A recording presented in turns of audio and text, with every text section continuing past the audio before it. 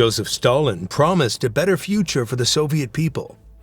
But behind those promises hid a man whose hunger for power would drown his people in fear, suffering, and death. Families were torn apart and lived under the shadow of his terror until he faced the very same fate he inflicted on so many people.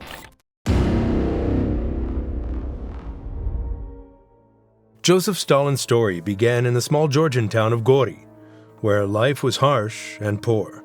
He was born on December 18, 1878, when Georgia was under the rule of the Russian Empire.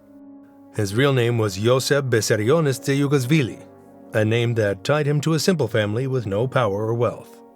His father, Vissarion, worked as a shoemaker.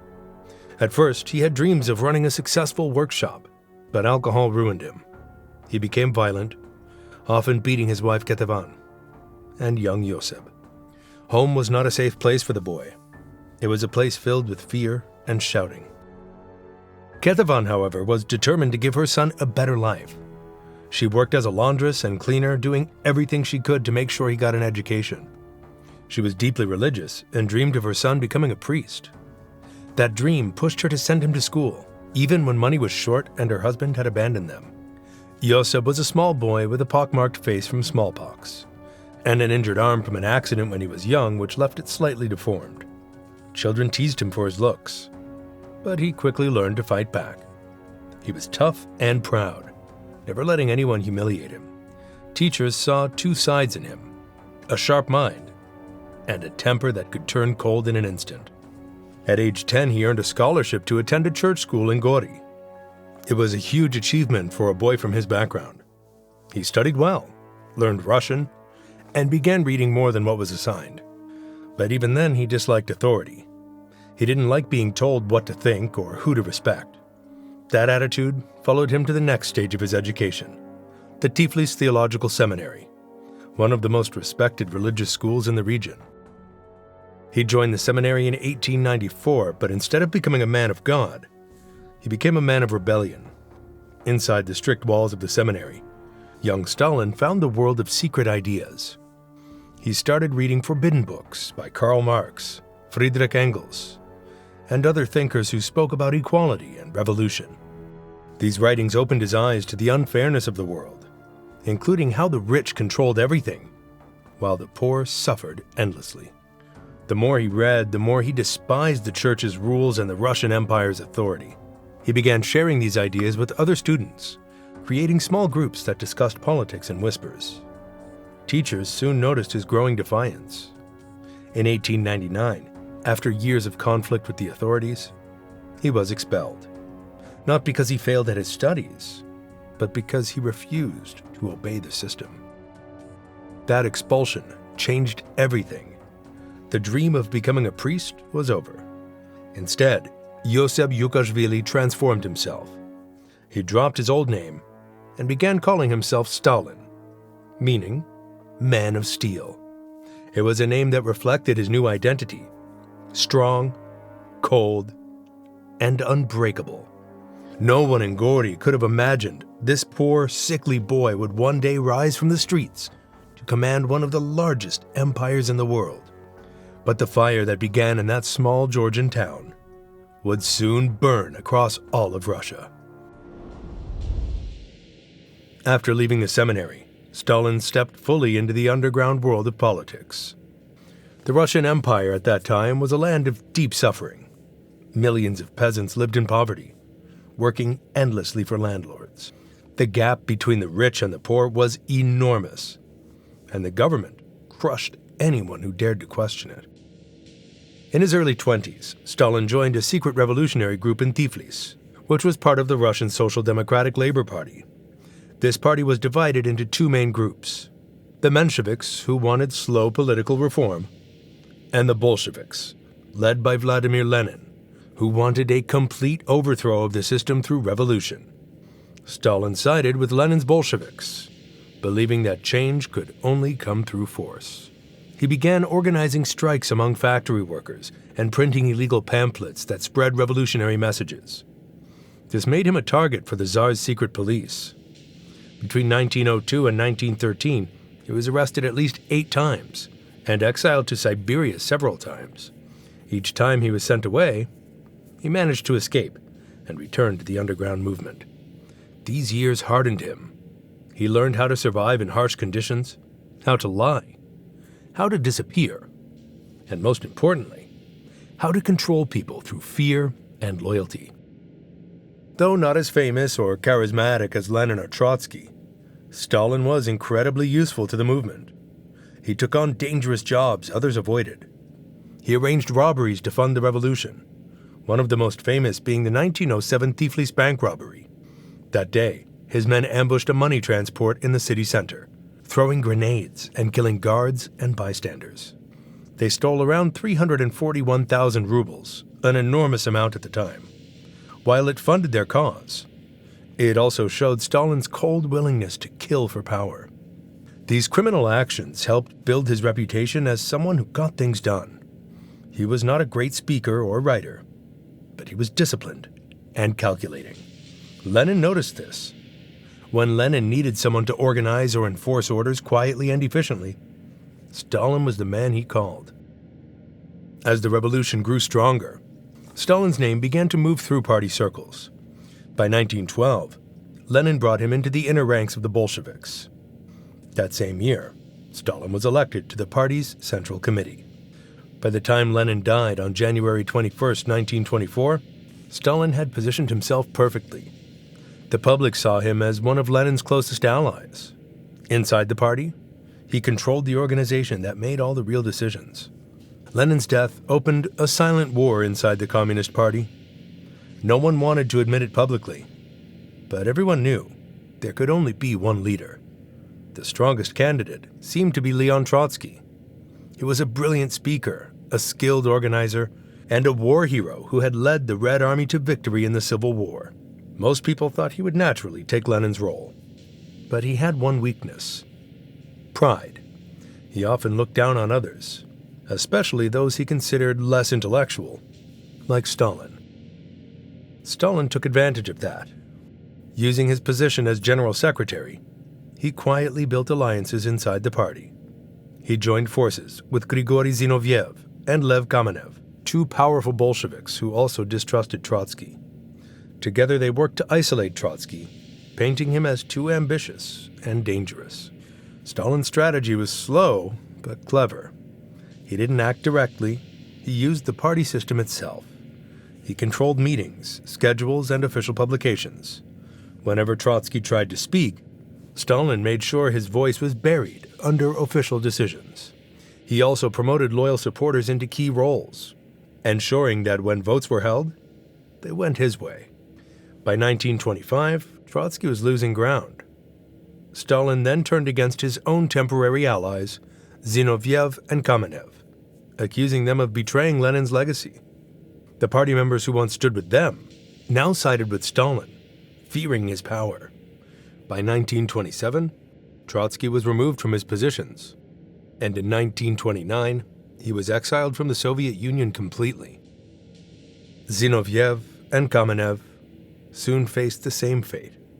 One by one, everyone who had once been close to Lenin fell, and by the end of the decade, Stalin was the last man standing. His dream was to make the Soviet Union as powerful as the Western nations, especially Britain and the United States. To do that, he believed the country had to move from farming to heavy industry as fast as possible. In 1928, he launched the first 5-year plan, which focused on building factories, producing steel and coal, and increasing machinery output. The goal was to turn a poor rural nation into a modern industrial state. To feed this rapid industrial growth, Stalin forced millions of farmers to give up their small plots of land and join large state-run farms called collectives. The government took control of the harvest and set strict quotas for grain production. But the process, called collectivization, was carried out with violence and cruelty. Many farmers resisted, not wanting to hand over their land, animals, or crops.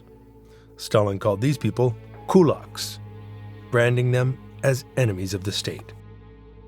From 1928 to 1933, more than 1.5 million kulaks were arrested and sent to labor camps in freezing Siberia. Many never returned. Villages were emptied, families were separated, and fear spread everywhere. The harsh policies led to one of the most horrifying tragedies in history, the Holodomor in Ukraine. Stalin's grain seizures left Ukrainians with nothing to eat. Between 1932 and 1933, millions starved to death, while grain continued to be exported abroad to prove that the Soviet system was successful. Entire villages vanished, and in some places, the dead outnumbered the living. Despite this, Soviet newspapers showed photos of smiling farmers and overflowing crops. Foreign visitors were shown only the best parts of the country. To the outside world, it looked like Stalin was building a strong modern nation. But inside, people lived in terror, afraid of saying even a single wrong word. By the mid-1930s, Stalin had built a powerful state, but paranoia began to consume him. He believed that enemies and traitors were hiding everywhere, even among his closest allies. In 1936, he launched what became known as the Great Purge, or the Great Terror. Under Nikolai Yuzhov, head of the secret police NKVD, people were arrested for the smallest reasons: a joke, a rumor, or even a complaint about food. Many were taken in the night and never seen again. In just 2 years, more than 700,000 people were executed, and 1.5 million were sent to gulag labor camps, where most died from starvation, disease, or exhaustion. Even the Red Army suffered. Stalin didn't trust his own generals and ordered the execution of many high-ranking officers, including Marshal Tukhachevsky, one of the army's best. By the time World War II began, the Soviet military had lost nearly half its leadership. Fear ruled every home. People whispered only behind closed doors. Children were taught to report their parents if they said anything anti-Soviet. No one felt safe. In August 1939, the world was stunned when Stalin signed a non-aggression pact with Adolf Hitler, known as the Molotov-Ribbentrop Pact. The two men, one communist, one fascist, seemed like total opposites. But the secret part of the agreement divided Eastern Europe between them. Stalin wanted time to rebuild his army. Hitler wanted freedom to attack the West. Just a week later, on September 1st, 1939, Germany invaded Poland from the west. 2 weeks later, Soviet troops invaded from the east. Poland was wiped off the map, and World War II had begun. Stalin also took control of the Baltic states and parts of Finland. To many, he seemed untouchable. But Hitler had no intention of keeping the peace. On June 22, 1941, Germany launched Operation Barbarossa, the largest military invasion in history. More than 3 million German soldiers stormed into the Soviet Union. Stalin was shocked. He had ignored warnings from his own spies that Hitler was planning an attack. For days, he refused to believe it. The first months were disastrous. Entire Soviet armies were destroyed. Cities fell, one after another. Millions of soldiers were captured, and civilians suffered horrific losses. But as the Germans approached Moscow, Stalin finally took command. He ordered the people to stand and fight no matter the cost. Factories were moved deep into Siberia, working day and night to produce weapons. Civilians dug trenches, built defenses, and even women and children joined the war effort. The turning point came in 1943 at the Battle of Stalingrad, one of the bloodiest battles in human history. The Soviet victory there changed everything. It was the beginning of Germany's downfall. From that point on, the Red Army pushed westward, reclaiming every inch of Soviet land, and eventually invading Germany itself. By May 1945, Berlin had fallen, and Hitler was dead. Stalin stood among the victors, celebrated as a hero. But behind the victory and the grand parades, his country was shattered. More than 20 million Soviet lives had been lost, and countless families destroyed. Yet Stalin's power only grew stronger, and his reign of fear was far from over. When World War II ended in 1945, Stalin saw an opportunity to spread his power far beyond the Soviet Union's borders. As the Red Army pushed the Nazis back, it occupied much of Eastern Europe. Instead of freeing these nations, Stalin made sure they stayed under his control. Countries like Poland, East Germany, Czechoslovakia, Hungary, Bulgaria, and Romania were forced to adopt communist governments that answered directly to Moscow. To the west, this looked like the rise of a new empire.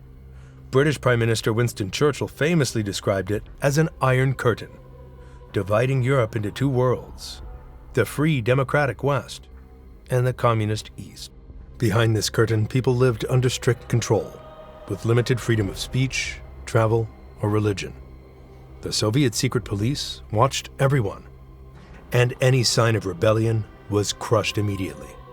By 1949, the Soviet Union shocked the world by successfully testing its first atomic bomb, only 4 years after the United States dropped theirs on Japan. This ended America's monopoly on nuclear power and marked the beginning of the Cold War, a long, tense rivalry between the two superpowers that would last for decades.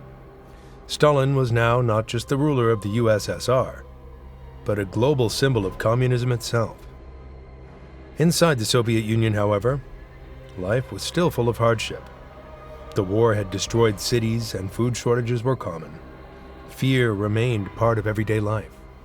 The Gulag camps were full again, with millions of prisoners forced to work in mines, forests, and frozen wastelands. Stalin trusted no one. Even his top men, Lavrentiy Beria, head of the secret police, and Georgy Malenkov, one of his senior officials, were constantly afraid of being executed at any moment. By the early 1950s, Stalin was an old man, but his paranoia only grew stronger. He saw betrayal in every shadow and began to suspect even the doctors who treated him. This fear would soon lead to one of his last and strangest purges. In 1952, Stalin became convinced that a group of Jewish doctors in Moscow was secretly planning to assassinate Soviet leaders. This false accusation became known as the Doctor's Plot. It started when his secret police claimed to have discovered evidence of a conspiracy, but in truth it was all made up. Dozens of respected doctors, many of them elderly and well known for treating top Soviet officials, were suddenly arrested. They were interrogated, beaten, and tortured, until they confessed to crimes they never committed. Newspapers filled with propaganda, calling these doctors killers in white coats. Fear and anger spread through the country, and anti-Jewish feelings grew stronger. Behind the scenes, Stalin seemed to be planning something even bigger. Some historians believe he wanted to use the Doctor's Plot as an excuse to start a mass deportation of Jews from the Soviet Union, possibly to remote areas like Siberia. He claimed it was for national security, but in reality it was another act of cruelty based on his growing paranoia. The accused doctors waited for their sentences, most likely execution. But before Stalin could carry out his plan, fate stepped in. On the night of February 28, 1953, Stalin invited a few of his top men to his private residence, the Kuntsevo dacha outside Moscow. They ate dinner, drank heavily, and talked for hours. Stalin seemed in good spirits, though still suspicious of everyone. Sometime around 4 a.m., he went to his room to sleep. No one dared to disturb him. His guards and staff were terrified of making him angry. The next morning passed quietly. When Stalin didn't come out by noon, no one had the courage to check on him. By evening, his guards finally entered the room. They found Stalin lying on the floor, still breathing, but unable to move or speak. He had suffered a massive stroke. He was soaked in urine and had clearly been there for hours, helpless and alone. Instead of rushing for help, the guards froze in fear, unsure of what to do without his direct orders.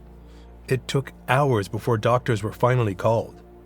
And even then, they hesitated, knowing that many doctors had recently been arrested during the Doctor's Plot. When treatment finally began, it was far too late. Stalin remained paralyzed, sometimes awake, but unable to talk. His powerful body was failing. After 4 long days, on March 5, 1953, at 9:50 p.m., Joseph Stalin died. He was 74 years old. The man who had ruled through terror for nearly 3 decades was gone. When this news spread across the Soviet Union, it shocked the entire country. Many people wept sincerely, believing they had lost a great leader who defeated Hitler and built their nation. Others, especially those who had suffered under his rule, felt silent relief, though no one dared show it. Stalin's body was placed on public display in Moscow, and millions of people came to see him one last time. The crowds were so massive and tightly packed that hundreds were crushed to death in the chaos. Even in death, Stalin's presence caused tragedy. After the funeral, his inner circle quickly turned against one another. Lavrenti Beria tried to take control using his power over the secret police, but the others acted fast. He was arrested, accused of treason, and executed later that same year. Nikita Khrushchev eventually emerged as the new leader. In 1956, Khrushchev gave his famous secret speech to party members, exposing Stalin's crimes, the purges, the mass executions, and the false confessions. This speech marked the beginning of de-Stalinization, a process meant to undo his cult of personality and reduce the fear that had gripped the nation for so long. Statues of Stalin were removed, cities named after him were renamed, and the government tried to distance itself from his brutal legacy. But the pain and trauma he caused didn't disappear. Millions of families had lost loved ones, and the scars of his rule remained deep in the hearts of his people.